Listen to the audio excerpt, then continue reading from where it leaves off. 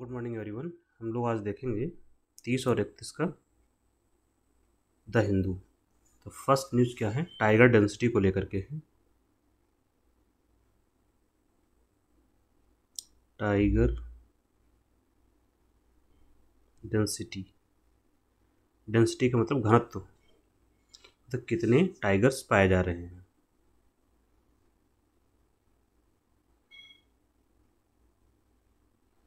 प्रति हेक्टेयर या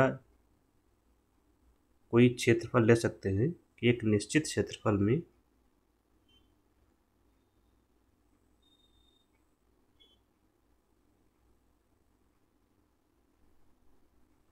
पाए जाने वाले बाघों की संख्या।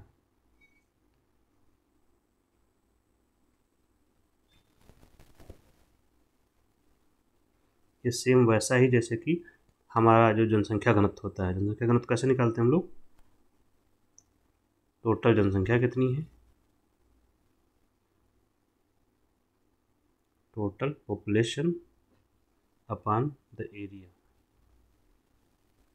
टोटल एरिया, ऐसे निकालते हैं। तो ऐसे ही टाइगर डेंसिटी का भी निकालेंगे। तो एक निश्चित क्षेत्रफल में पाए जाने वाले बाघों की संख्या।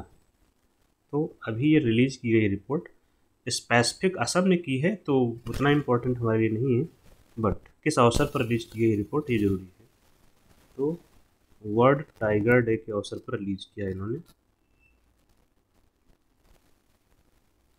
और ये मनाया कब जाता है? 29 जुलाई को। क्यों मनाते हैं? ताकि टाइगर के प्रति इनका संरक्षण किया जा सके और इनके हैबिटेट का संरक्षण करना, इनका जो आवास है,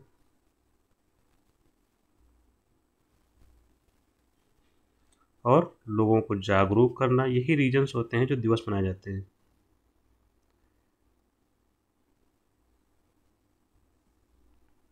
इसमें जो रिपोर्ट इन्होंने दी है, बताया गया है कि असम में जो है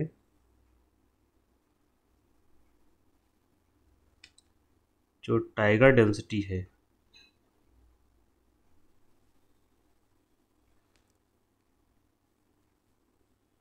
असम में भी एक स्पेसिफिक, असम में काजीरंगा टाइगर रिजर्व है जो आपसे पूछा जाता है।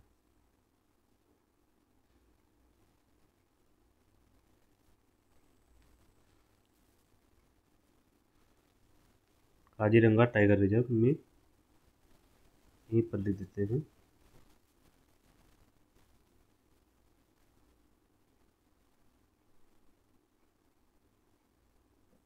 में tiger density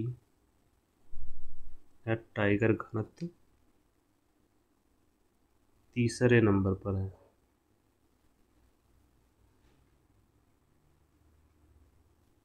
Kaziranga tiger reserve tiger density में तीसरे नंबर पर है। इससे पहले जो 2 नंबर हैं वो कौन से हैं? वो है, एक है आपका बांदीपुर टाइगर रिजर्व और दूसरा है कार्बेट टाइगर रिजर्व।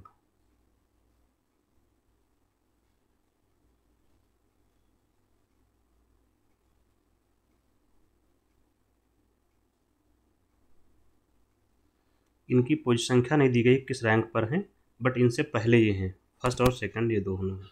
ये कर्नाटक में है, हमें ये याद रखना है केवल स्टेट क्या है, कहाँ पर है। ये कर्नाटक में है और कार्बेट टाइगर रिजर्व उत्तराखंड में है। ठीक है। नेक्स्ट है एमएसएमई सेक्टर को लेकर के बताया गया है, जो तो इसमें मुख्य रूप से इंडो और यूके का जो एफटीए हुआ है अभी, भारत और ब्रिटेन के बीच का जो फ्री ट्रेड एग्रीमेंट, भारत और ब्रिटेन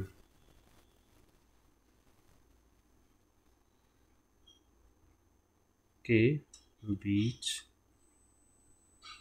मुक्त व्यापार समझौता, फ्री ट्रेड एग्रीमेंट साइंड हो गया है। उसी में एमएसएमई सेक्टर को लेकर के आया है। फ्री ट्रेड एग्रीमेंट जो साइन हुआ है, होता क्या है, फ्री ट्रेड एग्रीमेंट ही होता है। उसका नाम क्या है, नाम में थोड़ा अपने हिसाब से रखते हैं लोग, तो नाम रखा गया है इसका CETA, सीटा। इसका फुल फॉर्म क्या है, comprehensive economic and trade agreement. आपको ये याद रखना फुल फॉर्म, और मेन फोकस रखना है कि फ्री ट्रेड एग्रीमेंट है। फ़ायदा क्या हुआ इससे भारत को,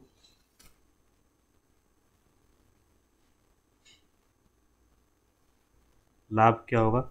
लाभ से पहले इसके बारे में थोड़ा जानते हैं। इसमें जो फ्री ट्रेड एग्रीमेंट होता है, ये भी फ्री ट्रेड एग्रीमेंट है। इसमें क्या करते हैं, जो टैरिफ बैरियर्स होते हैं, टैरिफ और नॉन टैरिफ, तो टैरिफ बैरियर का मतलब हुआ शुल्क बाधा।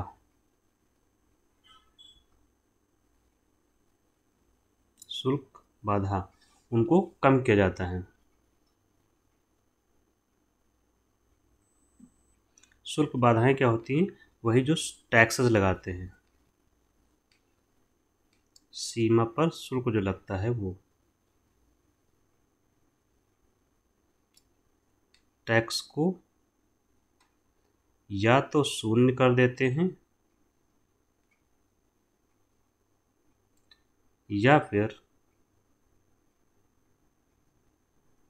कम किया जाता है।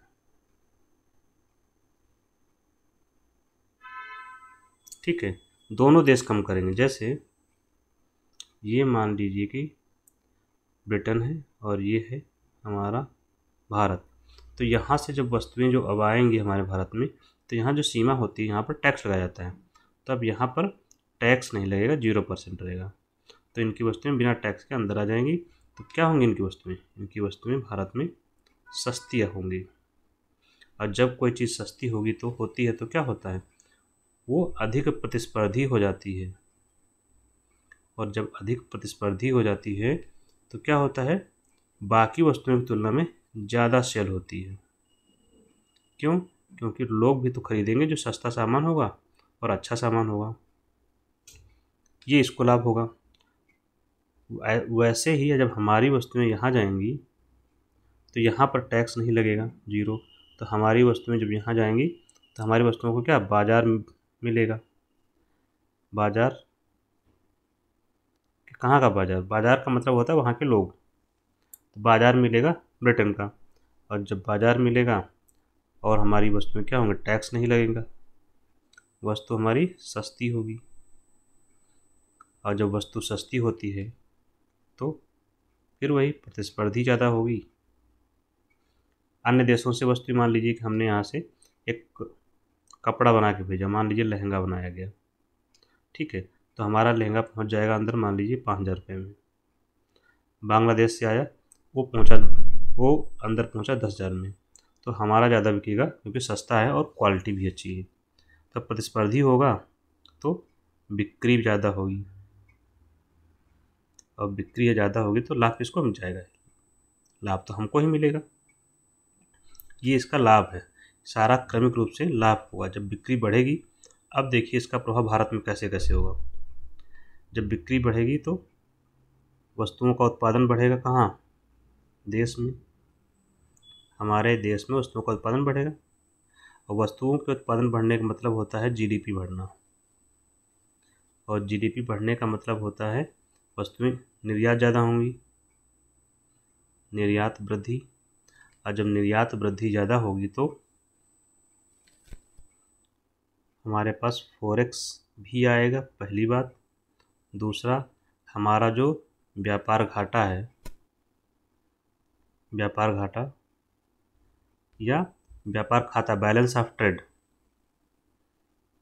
हमारा व्यापार क्या होगा, अधिशेष होगा। घाटे में नहीं होगा, सरप्लस में होगा, बैलेंस ऑफ ट्रेड पॉजिटिव होगा। अब ये तो हो गया अंतर्राष्ट्रीय स्तर तक का। अब देश में ये जब होगा इन दो चीज़ों पर काम, देश के अंदर जब ये बढ़ेगा तब लोग तो यहाँ काम भी करेंगे, तो क्या होगा, जब उनका निर्माण होगा तो देश में रोजगार सृजन होगा। ये पेट बातें हैं, हर एग्रीमेंट में आप लिखेंगे और कहीं भी आता है मेंस में आराम से लिखिए इनसे क्या लाभ है। रोजगार सृजन होगा, लोगों की आय बढ़ेगी, क्योंकि रोजगार सृजन होगा पैसा भी तो मिलेगा। आय बढ़ेगी तो लोगों की जो प्रति व्यक्ति आय है वो भी बढ़ेगी, और प्रति व्यक्ति आय जब बढ़ती है तो जीवन स्तर बढ़ता है या बेहतर होता है, और जब किसी का जीवन स्तर बेहतर होगा तो हेल्थ एजुकेशन भी बेहतर होगा। फिर हम लोग सस्टेनेबल डेवलपमेंट गोल तक पहुंच सकते हैं।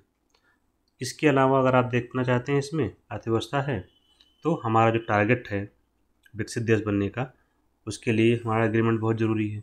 ठीक है, विकसित देश बनना है 2047 तक, भारत को प्रति व्यक्ति आय बढ़ानी है, निर्यात बढ़ाना है एक अच्छा देश बनने के लिए, तो ये हमारा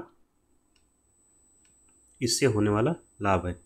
यहाँ पर कुछ क्लॉजेस दिए गए हैं, जैसे कि कभी कभी आपसे पूछ लिया था रोल ऑफ ओरिजिन, ये क्या होता है, हिंदी में होता है उत्पत्ति का नियम। इसका मतलब है जो वस्तु, कोई भी वस्तु है, उसका उत्पत्ति कहाँ से हो रही है, ये इसी से संबंधित होता है फ्री ट्रेड एग्रीमेंट से। उत्पत्ति स्थान क्या है, तो इस एग्रीमेंट में कहा गया जिसका उत्पत्ति स्थान ब्रिटेन होगा वही भारत में, उसी सामान को भारत में छूट मिलेगी। अगर उत्पत्ति स्थान भारत नहीं है, यूके नहीं है, तो उसे एफटीए वाली छूट नहीं मिलेगी। उत्पत्ति स्थान यूके हो मतलब ब्रिटेन हो, या फिर उसकी मेजॉरिटी ऑफ मुख्य जो कंपोनेंट्स हैं वो वहाँ पर बने हों। अच्छा, इनके जो ब्रिटेन की जो कंपनी है भारत आएंगी जब, यूके कंपनी, तो इनको पब्लिक टेंडरिंग, ये जो सरकारी खरीद होती है पब्लिक प्रोक्योरमेंट के लिए भी अनुमति दी गई है। मतलब पब्लिक सरकारी खरीद में जो टेंडर जारी होंगे उसमें ये पार्टिसिपेट कर सकते हैं। इनको जो फ़ायदा होगा, लेकिन इसके बावजूद हमारे एमएसएमई सेक्टर को जो हमारा है उसको लाभ मिलता रहेगा। और इन्होंने एक प्रावधान इसमें जो किया हुआ है, एमएसएमई सेक्टर के लिए एमएसएमई कॉन्टैक्ट पॉइंट बनाए जाएंगे दोनों देशों में।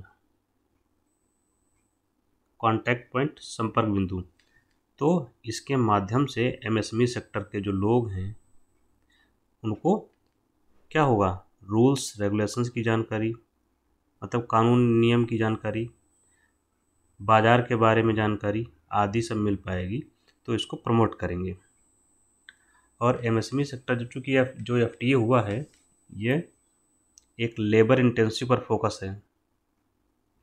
Labour intensive sector, labour intensive sector कौन से होते हैं, ऐसे क्षेत्र जहाँ पर श्रम की ज़्यादा आवश्यकता होती है, जैसे कि टेक्सटाइल, वस्त्र उद्योग, ठीक है, जैसे कि लेदर इंडस्ट्री, फुटवेयर, तो यहाँ पर लेबर इंटेंसिव होता है, तो यहाँ पर क्या होगा, रोजगार सृजन भी ज़्यादा होगा। और इसमें मेजॉरिटी ऑफ जो है एमएसएमई का कंट्रीब्यूशन बहुत होता है, तो इस एग्रीमेंट से एमएसएमई सेक्टर को भी लाभ मिलेगा।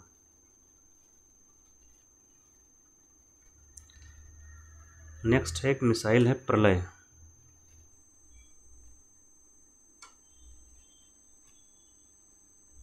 इसको लॉन्च किया गया है, लॉन्च नहीं किया गया, टेस्ट किया गया है एक्चुअल में। Tested successfully, developed by, missile है तो डीआरडीओ ही बनाएगा, हेडक्वार्टर इन बेंगलुरु, लोकेशन क्या है जहाँ पर टेस्ट किया गया,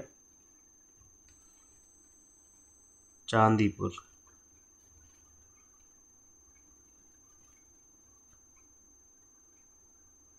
उड़ीसा में मिसाइल की टेस्टिंग की गई है और ये मिसाइल है घरेलू स्तर पर बनाई गई है, डोमेस्टिक, इंडिजिनसली डेवलप्ड। इसका हिंदी क्या होगा इंडिजिनसली का? हिंदी में ये होता है कि घरेलू स्तर पर बनाई है। तो इससे आत्मनिर्भर भारत की ओर हम लोग बढ़ रहे हैं धीरे धीरे, इससे ये पता चल रहा है। इसमें एक और जो इसमें इन्फो दी हुई है कि इसमें जो प्रोपेलेंट यूज़ किया गया है वो सॉलिड प्रोपेलेंट को यूज़ किया गया है।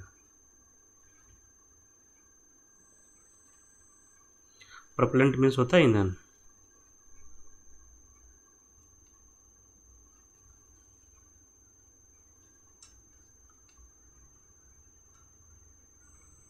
नेक्स्ट है सफाई कर्मचारी आयोग।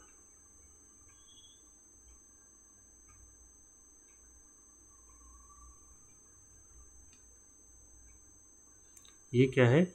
इसको बनाने की घोषणा बिहार सरकार ने की है।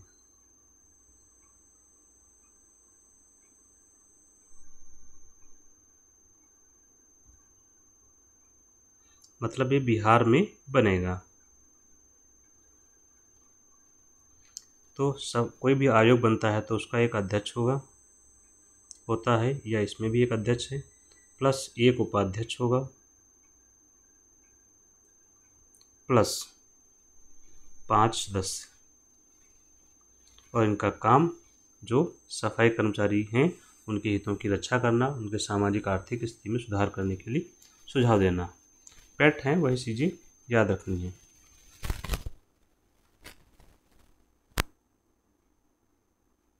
वंस मोर निसार सैटेलाइट,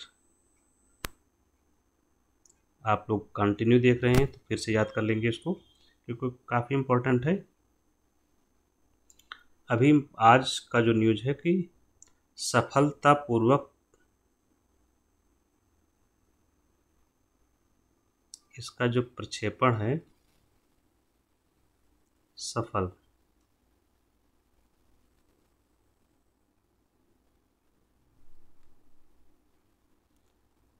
तो प्रक्षेपण किया गया, किसने किया?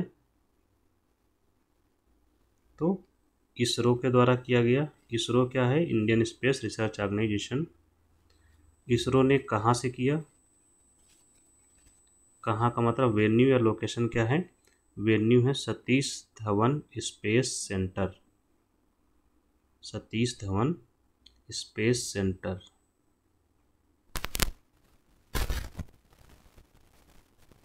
सतीश धवन, याद रखना हर चीज़ यहीं से लॉन्च होती है, सो हमें याद रखना चाहिए। ये लोकेशन कहाँ पर है? ये श्रीहरिकोटा में है।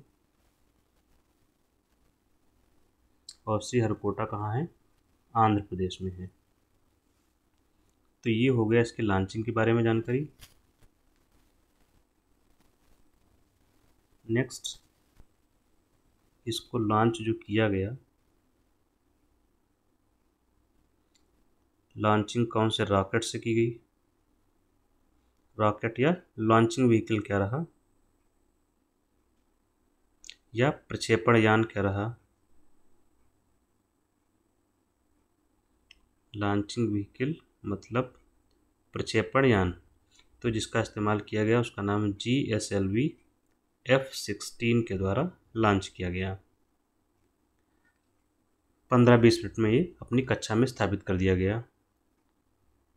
अब हम समझते हैं निसार सैटेलाइट के बारे में।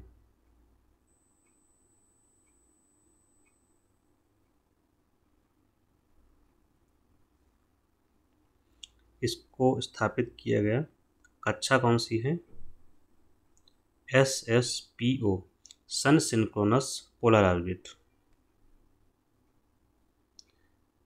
इसका वजन कितना था अगर देखना है तो इसका जो वजन था वो था 2392 किलोग्राम।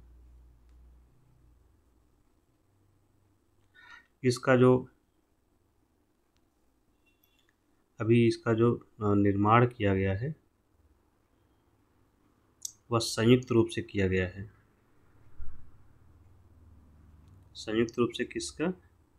नासा जो कि अमेरिका की स्पेस एजेंसी है और भारत की इसरो स्पेस एजेंसी, इन दोनों के द्वारा किया गया है। नासा ने उसमें जो लगाया है जो है वो एल बैंड का रडार है, एल बैंड का सिंथेटिक अपर्चर रडार, और इसरो का है एस बैंड का।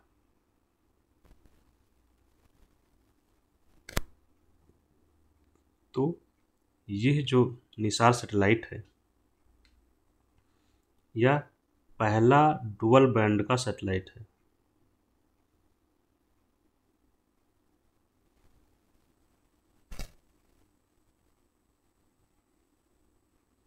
पहला डुअल बैंड वाला उपग्रह है। निसार का full form NASA ISRO synthetic aperture radar. हम इसी से कुछ बातें और प्राप्त करेंगे, जैसे कि ये रडार है, इसमें रडार का उपयोग किया जाएगा। रडार विशेष प्रकार का है। तो रडार क्या होता है? रेडियो डिटेक्शन एंड रेंजिंग, ठीक है। और जब रडार का उपयोग किया जाएगा, रडार में होती है रेडियो वेव्स का इस्तेमाल होता है। कौन सी वेव्स का इस्तेमाल होता है? रेडियो वेव्स के द्वारा हम छाया चित्र लेते हैं, इमेज लेते हैं, फोटो खींचते हैं। और जब रेडियो वेव्स होती हैं तो क्या होता है? ये रात दिन काम कर सकता है, प्लस अगर बादल हैं तब भी काम करेगा, ठीक है। और निसार के बारे में क्या हम जान सकते हैं? जो एक इसमें इसका स्वैथ दिया गया है, स्वैथ है इसका 242 किलोमीटर का। ये क्या होता है कि जैसे जब सैटेलाइट गुजरेगा तो इतनी चौड़ी पट्टी को स्कैन करते हुए जाएगा, और इस पट्टी की चौड़ाई होगी 242 किलोमीटर। इतना स्कैन करते हुए ऐसे इतना एरिया आगे बढ़ता जाएगा स्कैन करते हुए पूरा, दैट इज स्वैथ। इस सैटेलाइट का जो कवरेज होगा ग्लोबल कवरेज होगा, मतलब पूरी पृथ्वी को कवर करेगा, और 12 दिन के इंटरवल पर, 12 डे के इंटरवल पर स्कैनिंग करेगा। रीस्कैनिंग जो होगी दोबारा से किसी स्थान पर 12 दिन के बाद आएगा। तो अब देखिए रेडियो वेव्स हैं, पृथ्वी के ऊपर उपग्रह रहेगा तो ये पृथ्वी को अवलोकन करेगा। तो यह सैटेलाइट कौन सा है? अर्थ ऑब्जर्वेशन सैटेलाइट होगा। अर्थ को ऑब्जर्व करेगा अपने रडार के माध्यम से। अब हमारा बेनिफिट इसमें क्या होगा? अब इसी अर्थ ऑब्जर्वेशन में क्या ही करेगा ऑब्जर्वेशन, देख लीजिए क्या करेगा। आप मान लीजिए कोई व्यक्ति जो है, आप कैमरा लेके मान लीजिए कि स्पेस में बैठे हुए हैं, तो जो जो आप कर सकते हैं वही ये भी करेगा। फॉर एग्जांपल, जो हमारा जो वानिकी क्षेत्र है, फॉरेस्ट्री, तो इसकी मैपिंग कर लेगा, ठीक है। कृषि क्षेत्र के लिए क्या करेगा? जो नमी कितनी है मृदा में, मृदा नमी की जानकारी मिल जाएगी, सतही वाटर कितना है, ठीक है। अगर नेचुरल डिजास्टर अगर आता है, देखो सब इमेज का खेल है, तो इमेज खींचकर हम जान सकते हैं क्या क्या स्थिति है। नेचुरल डिजास्टर में क्या हुआ? कहीं पर तूफान है, आया है, कहीं पर बाढ़ है, ठीक है, कहीं पर सूखा है, तो इन सब चीज़ों की बारे में जानकारी मिल जाएगी। कहीं पर भूस्खलन हुआ है तो इमेज से हमको पता चल जाएगा, ठीक है। कहीं पर आइस का मूवमेंट हो रहा है, जो पर्वतीय क्षेत्र होते हैं उसकी जानकारी मिल जाएगी।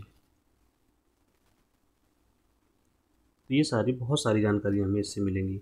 इसके अलावा समुद्र तट पर अगर देखते हैं तो वहाँ पर तटरेखा में परिवर्तन जब होता है तो क्या है, कितना परिवर्तन हुआ। भूकंप आता है मान लीजिए, तो भूकंप तो ज़मीन धंस जाती है, तो ग्राउंड में भूमि में जो परिवर्तन हुआ किसी प्रकार का, गड्ढा बन गया, ऐसी चीज़ें हमें जानकारी मिल जाएगी। तो कुल मिलाकर ये सब फ़ायदे हैं। और नेचुरल डिज़ास्टर आएगा तो हम उसके प्रति हमें कैसे रिस्पॉन्स करना है, डिज़ास्टर मैनेजमेंट कैसे करना है, वो भी कर सकते हैं। और इन सब को एक शब्द में कहें तो जो पॉलिसी मेकर हैं उनको एक अच्छा टूल मिलेगा नई नई पॉलिसी बनाने के लिए और बेहतर पॉलिसी बनाने के लिए। तो ये हो गया मेजर निसार सैटेलाइट। एक ऑपरेशन चलाया है इन लोगों ने, महादेव करके नाम है, ऑपरेशन महादेव। और जो पहलगाम अटैक हुआ था उनको पकड़ लिया है, उन्हीं को पकड़ने के लिए चलाया गया था। तो पहलगाम अटैक के जो 2-3 अपराधी पकड़े गए हैं जम्मू कश्मीर से, तो उसी लिए चलाया गया था ऑपरेशन महादेव। नेक्स्ट हम लोग देखते हैं 31 जुलाई का क्या न्यूज़ है। इसमें एक 2 स्टेट रेजोल्यूशन की बात की जा रही है। तो 2 स्टेट प्रस्ताव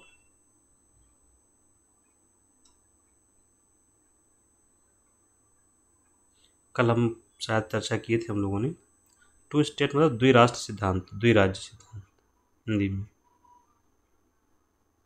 प्रस्ताव न्यूज़ में आता है कभी कभी पेपर में कि किस लिए चर्चा में रहता है, तो ये चर्चा में रहता है इजराइल बनाम फिलिस्तीन वाले मामले में।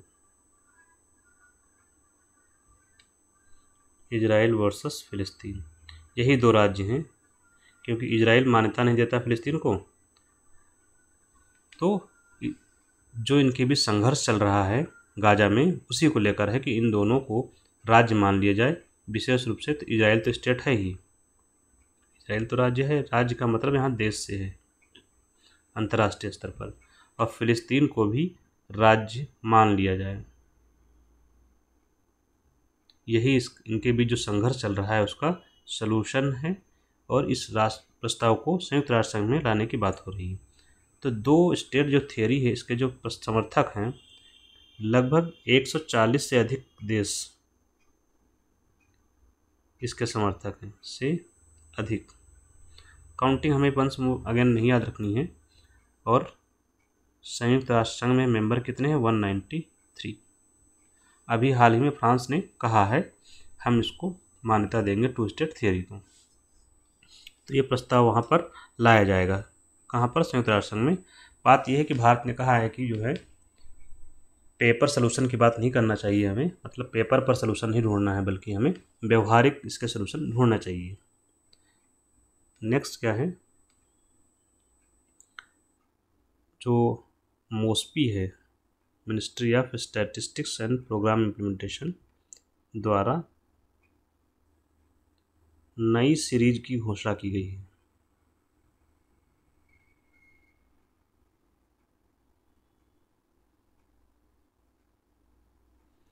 तो ये बहुत इम्पोर्टेंट हो जाता है अगले साल के लिए, आपसे क्वेश्चन फ्रीक्वेंटली यहाँ से पूछा ही जाएगा, इसको याद रखेंगे।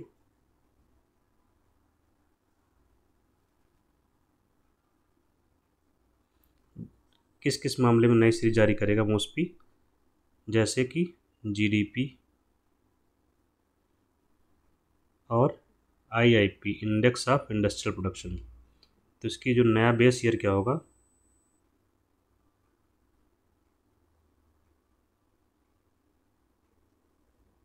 इसका नया बेस ईयर घोषित किया है 2022-23 जीडीपी का भी, और index of industrial production IIP. पहले क्या था? पहले था 2011-12। अब ये होगा नया बेस ईयर। इसके अलावा कंज्यूमर प्राइस इंडेक्स का नया बेस ईयर घोषित करेंगे। इसका कितना किया जा रहा है? 2024। पहले कितना था CPI का? वो था 2012 था। तो ये याद रखेंगे, बहुत पूछा जाता है। एक और चेंज कर रहा है मॉस्पी हाउस होल्ड कंजप्शन एक्सपेंडिचर को लेकर के।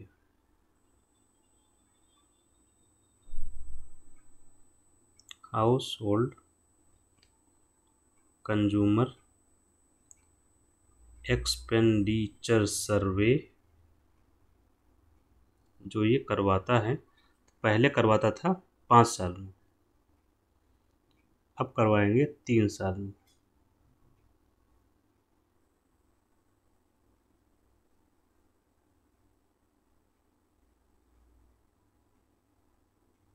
पहले 5 साल में था।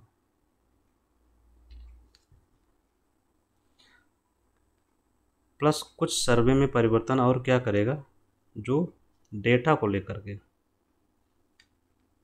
अल्टरनेट डेटा जो है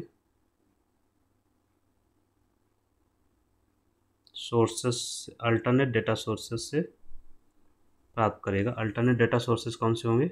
जैसे कि कोई ट्रेवल करता है तो एयर फेयर के बारे में जानकारी ऑनलाइन ले लेगा।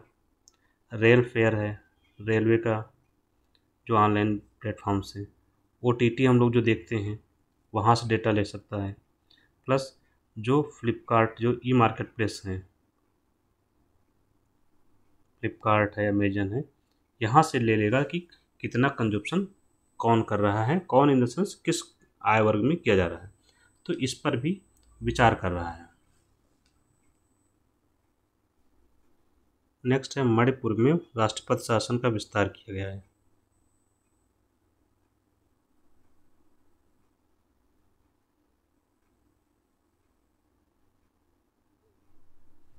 राष्ट्रपति शासन का विस्तार।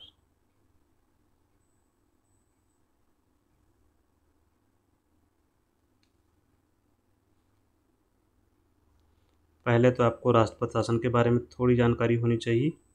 राष्ट्रपति शासन कौन से अनुच्छेद में है? प्रावधान अनुच्छेद 356 में। और ये कब लगाया जाएगा? जब राज्य का संवैधानिक तंत्र विफल हो जाता है।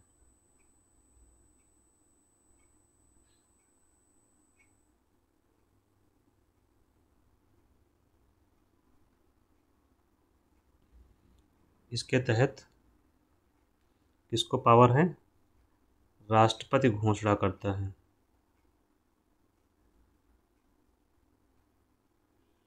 तो मणिपुर में पिछले 2-3 सालों से संघर्ष चल रहा है, उसी के क्रम में वहाँ के मुख्यमंत्री ने इस्तीफा दे दिया था फरवरी में, तो वहाँ पर राष्ट्रपति शासन की घोषणा की गई थी। अभी क्या किया गया है? 6 महीने का विस्तार दिया गया, 6 मंथ का विस्तार। विस्तार कौन देगा? और इनको विस्तार जब भी राष्ट्रपति शासन होता है उसका विस्तार हर 6 माह का ही विस्तार मिलेगा, ज़्यादा विस्तार नहीं मिलता है। ये नहीं कि एक बार में कर दिया तो 2 साल का कर दिया। तो 6 माह का विस्तार कौन देता है? संसद द्वारा। संसद द्वारा दिया जाता है प्रस्ताव के माध्यम से।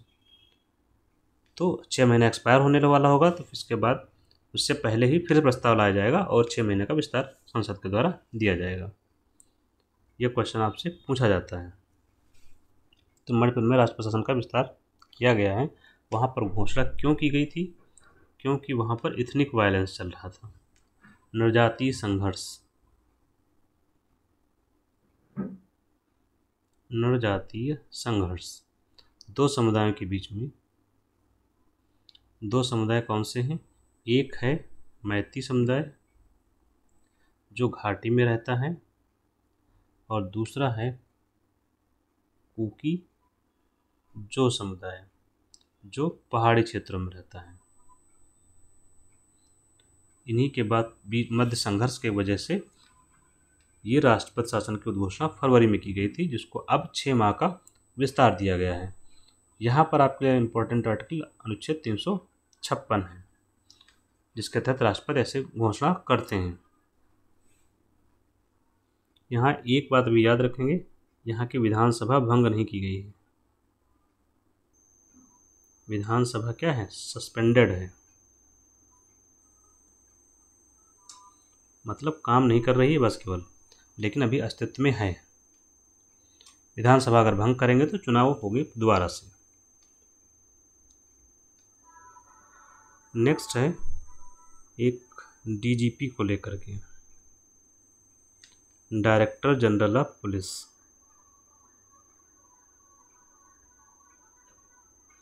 इनकी अपॉइंटमेंट को लेकर के कुछ दिशा निर्देश संघ ने जारी किए हैं। संघ ने मतलब केंद्र सरकार ने क्या जारी किए हैं, डीजीपी की जो नियुक्ति होती है, डीजीपी समझ गए, जो स्टेट पुलिस का मुखिया होता है, राज्य में जो पुलिस होती है उसका हेड जो होता है वो डीजीपी होता है। इसकी नियुक्ति में यूपीएससी से भी सहमति ली जाती है, से ओपिनियन लिया जाता है, वो ओपिनियन देता है किसको नियुक्त करेंगे किसको नहीं करेंगे। तो यहाँ पर एक सुप्रीम कोर्ट का एक केस था, प्रकाश सिंह केस, अक्सर न्यूज में आता है, जिसमें सुप्रीम कोर्ट ने फिक्स टेन्योर की बात कही थी डीजीपी को लेकर के। कम से कम इनका डीजीपी का जो टेन्योर है वो फिक्स किया जाए कि 5-6 साल 6 महीने या 1 साल तक कम से कम रहेंगे। तो इसीलिए कई राज्य क्या कर रहे थे कि नियुक्ति नहीं कर रहे हैं या एक्टिंग डीजीपी बना दे रहे हैं, पद खाली है, तो इस चीज़ से डीजीपी करना है, डीजीपी, ठीक है। इस वजह से केंद्र सरकार ने क्या किया है, दिशा निर्देश जारी किए हैं सिंगल विंडो क्लियरेंस के लिए।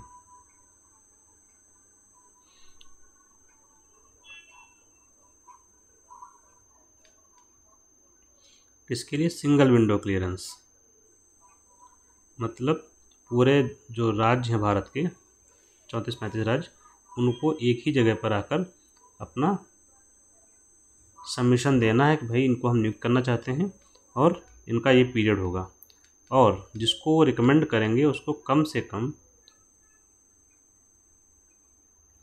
6 माह का समय बचा हो रिटायरमेंट में, तभी उसको डीजीपी बनाया जाएगा, तभी वो रिकमेंड करेगा यूपीएससी के पास या केंद्र के पास। तो एक सामान्य दिशा निर्देश सभी राज्य के लिए जारी किए गए हैं। इसी के साथ हम लोग ख़त्म करते हैं। Thank you.